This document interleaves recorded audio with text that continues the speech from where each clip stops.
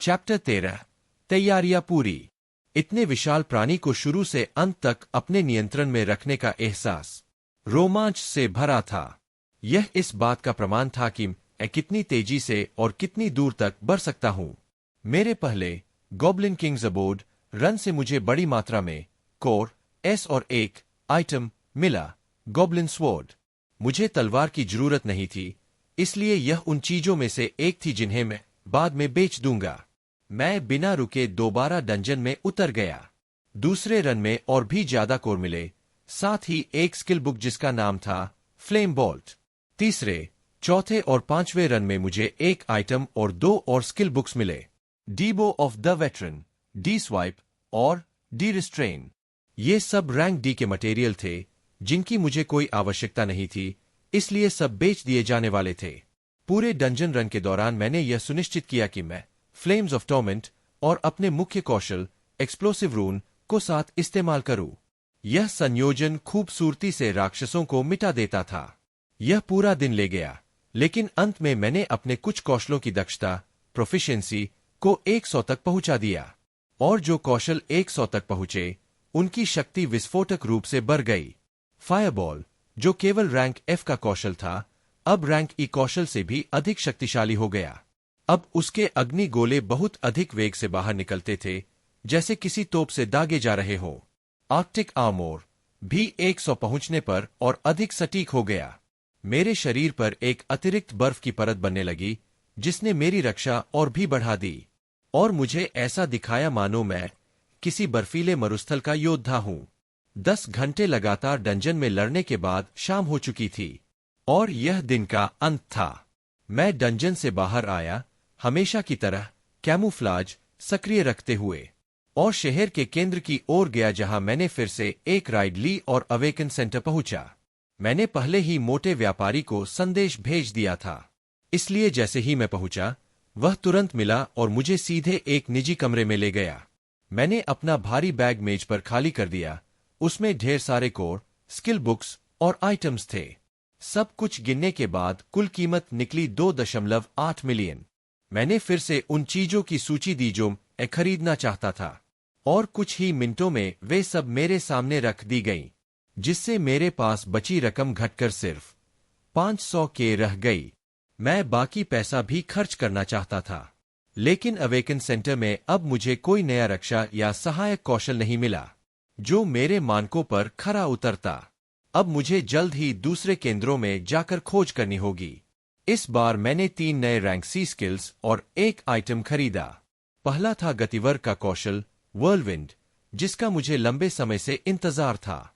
दूसरा था सहायक प्रकार का कौशल इंक्रीज्ड पेनिट्रेशन, और तीसरा था जीवन संरक्षण कौशल रिजेनरेशन। जो आइटम मैंने अंत में खरीदा वह था एक सरल रिंग ऑफ स्टोरेज, जो अधिकतर उच्च रैंक वाले शिकारी इस्तेमाल करते थे। यह पूरे दिन में इकट्ठा हुए कोर, किताबें और वस्तुएं साथ रखने की झंझट को दूर कर देता था। सौदा पूरा करने के बाद मैंने व्यापारी को धन्यवाद कहा, और बाहर निकलते ही फिर से कैमूफ्लाज सक्रिय कर दिया। फिर मैं हंटर लॉन्ज की ओर बढ़ा। प्रक्रिया हमेशा की तरह तेज थी। मुझे कमरा तुरंत मिल गया। अब मैं पूरी तरह आराम कर सकता था, और वे कोर अवशोषित कर सकता था जो मैंने पीछे बचाकर रखे थे। मेरा लक्ष्य था रैंक डी कोर का पूरा उपयोग करके अपनी सीमा तक पहुंचना। मैंने नए कौशल सीखे, और रिंग ऑफ स्टोरेज को अपनी उंगली में पहनकर उसकी विशाल आंतरिक जगह को महसूस किया। यह इतना बड़ा था कि 2 लोग उसमें समा सकते थे। इंक्रीज्ड पेनिट्रेशन कौशल ने मुझे अपने दुश्मनों की रक्षा को भेदते हुए अधिक क्षति देने की शक्ति दी। यह एक ऐसा कौशल था जिसे मेज और बर्सर्कर वर्ग अक्सर बॉसेस पर अंतिम प्रहार के लिए इस्तेमाल करते थे। रिजेनरेशन उतना ही सीधा था। अगर कभी मुझे गंभीर चोट लगती, तो बस एक बार यह कौशल सक्रिय करना होता और शरीर स्वतः उपचार शुरू कर देता। व्हर्लविंड ने मुझे किसी दुश्मन की ओर बहुत तेज गति से बढ़ने की क्षमता दी। यह अचानक हमले या खतरनाक प्रोजेक्टाइल से बचने के लिए उपयुक्त था। रिजेनरेशन और व्हर्लविंड को मैं इस समय सक्रिय नहीं कर सका, लेकिन मैंने तुरंत इंक्रीज्ड पेनिट्रेशन और बाकी सभी रक्षात्मक व सहायक कौशल सक्रिय कर दिए, ताकि उनकी दक्षता बढ़ती रहे। हमेशा की तरह मैंने रूम सर्विस मंगवाई। इस बार 3 प्लेट झींगे। मेरा भूख हर दिन बढ़ती जा रही थी। भोजन आने पर मैंने उसे शांति से खाया और फिर एक बार फिर पूरे दिन की घटनाओं पर विचार किया। डंजन रन, इस्तेमाल किए कौशल और उन्हें और बेहतर कैसे बनाया जा सकता है। मुझे लगा कि मैं कल के लिए पूरी तरह तैयार हूं। जिन कौशलों को दूसरे शिकारी सिर्फ जीवन बचाने के क्षण में सक्रिय करते हैं, वे मेरे लिए हमेशा सक्रिय रहते थे। मुझे पता था कि रैंक डी और रैंक सी डंजन के बीच शक्ति का अंतर बहुत बड़ा है, लेकिन जिस आसानी से मैंने गॉब्लिन किंग्स अबोर्ड के 6 मीटर ऊंचे राजा को गिराया था, उसने मुझे कल के डंजन सोलाइल्स कैसल के टाइटन का सामना करने का आत्मविश्वास दिया। अगली सुबह मैं जल्दी उठ गया, नहाया, नाश्ता किया और 8 बजे तक लॉज छोड़ दिया। गंतव्य था सोलाइल्स कैसल। यह डंजन हमारे शहर का सबसे कठिन माना जाता था। कई लोग इसमें मारे गए थे, जब तक कि एक विशेष टीम ने इसे नियमित रूप से क्लियर करना शुरू नहीं किया। यह हमेशा उच्च जोखिम वाले क्षेत्र में आता था। डंजन के पास कोई शिविर नहीं था। लोग अपनी दुकानें और स्टॉल्स उससे काफी दूरी पर लगाते थे, ताकि अगर कभी डंजन ब्रेक हो तो वे जान बचाकर भाग सकें। विशाल मोनोलिथ गहरे नारंगी रंग में चमक रहा था, हर कुछ सेकंड में धड़कता हुआ। उस तक जाने वाला एकमात्र रास्ता सैनिक ट्रकों और गाड़ियों से घिरा था, जो आम नागरिकों को वहां आने से रोक रहे थे। मैंने अपनी लाइसेंस दिखाने की जरूरत नहीं समझी, बस कैमूफ्लाज सक्रिय किया और सुरक्षा चौकी पार कर गया। मैं मोनोलिथ के नीचे पहुंचा और ऊपर देखा। वह विशाल पत्थर मानो आकाश को छू रहा हो। मैंने आंखें बंद की, पास ही बैठ गया और अपने सभी रक्षात्मक और सहायक कौशल सक्रिय किए। उनकी दक्षता रियल टाइम में बढ़ते हुए देखी। मैं बेहद आत्मविश्वास में था। कल मैंने जो कोर एस नहीं बेचे थे, उन्हें अवशोषित कर लिया था। मेरे वाइटैलिटी और स्ट्रेंथ दोनों अब 150 पर पहुंच चुके थे। इतने कौशलों और समर्थन के साथ मुझे नहीं लगता था कि कोई रैंक बी हंटर भी मुझे नुकसान पहुंचा सकता है। कुछ देर बाद लोग आने लगे। मैं छिपा रहा और उन्हें देखता रहा। पहले 2 आदमी 30 के दशक के थे। दोनों के पास विशाल ढालें थीं जो उनके शरीर को पूरी तरह ढक लेती थीं, और दूसरी हाथ में लाल चमक वाले मेक थे। उनके कवच के अलावा वे सामान्य लग रहे थे, लेकिन ये असली रैंक सी हंटर्स थे। अगली 2 आईं, दोनों महिलाएं, हाथों में जादुई स्टाफ और शरीर पर मैजिशियंस रोब्स। उनके चेहरों पर चिंता साफ झलक रही थी जब वे मोनोलिथ को देख रही थीं।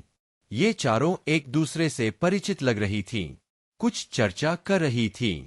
फिर एक युवती आई, शायद 20 की उम्र में, कमर पर नीली तलवार और शरीर पर वही किंग्सवेलर कवच जो मैंने पहना था। आश्चर्य की बात यह थी कि वह पहले 4 लोगों के पास नहीं गई, बल्कि सीधे मोनोलिथ को देखती रही, आत्मविश्वास से भरी हुई।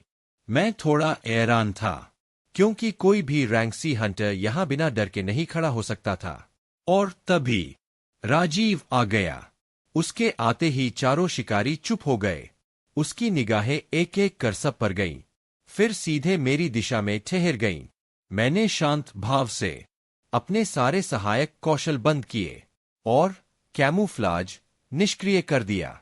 रैंक सी हंटर्स की ओर से आश्चर्य भरे स्वर उठे, क्योंकि उनमें से कोई भी मेरी उपस्थिति महसूस नहीं कर पाया था। मैं यह जांचना चाहता था कि क्या राजीव मेरे रैंक सी कैमूफ्लाज को पहचान सकता है या नहीं। लगता था अभी नहीं। शायद जब यह दक्षता 100 पर पहुंचे तब वह भी नाकाम हो जाएगा। राजीव की चुभती निगाहें मेरे ऊपर टिकी थीं। वह धीरे से बोला, इतनी ज्यादा ऊर्जाएं तुम्हारे पास, सुबह सुबह उसे छिपने में बर्बाद कर रहे हो। उसकी आवाज शांत थी, लेकिन शब्दों में तिरस्कार झलक रहा था। मैंने उत्तर दिया, चिंता मत कीजिए। मैं बस यह परख रहा था कि जिन लोगों के साथ आज मैं अपनी जान सौंपने जा रहा हूं, वे कितने सक्षम हैं। राजीव ने हल्का सा हंसकर कहा, मैं चाहता हूं कि आज का डंजन रन साफ सुथरा हो। हमारे साथ 2 नए शिकारी हैं। यह रही रैचेल और यह आरव। वह मेरी ओर और उस युवती की ओर इशारा करता है। तुम दोनों के लिए यह पहला रन होगा, इसलिए हर निर्देश का पालन करना और पीछे मत रहना। यह डंजन सामान्य डंजनों जैसा नहीं है। इसमें सिर्फ एक ही मंजिल है, लेकिन उसे साफ करने में आधा दिन लग जाता है। जो देखोगे उससे चौंकना मत। अपनी रक्षा करना, एक दूसरे का ध्यान रखना, और अगर सबने कहा हुआ माना तो हम सब जिंदा लौटेंगे। जब बॉस प्रकट हो तो उसे मेरे ऊपर छोड़ देना और मेरे हर आदेश का पालन करना। उसने अगला वाक्य और धीरे कहा, अगर किसी समस्या में फंस जाओ या मौत को आते देखो तो खड़े मत रहना, भाग जाना, वरना मारे जाओगे। हम सबने उसके शब्द सुने और तैयारी करने लगे। मुझे पहले से सोलाइल्स कैसल के बारे में सब पता था। वह जो कह रहा था झूठ नहीं था।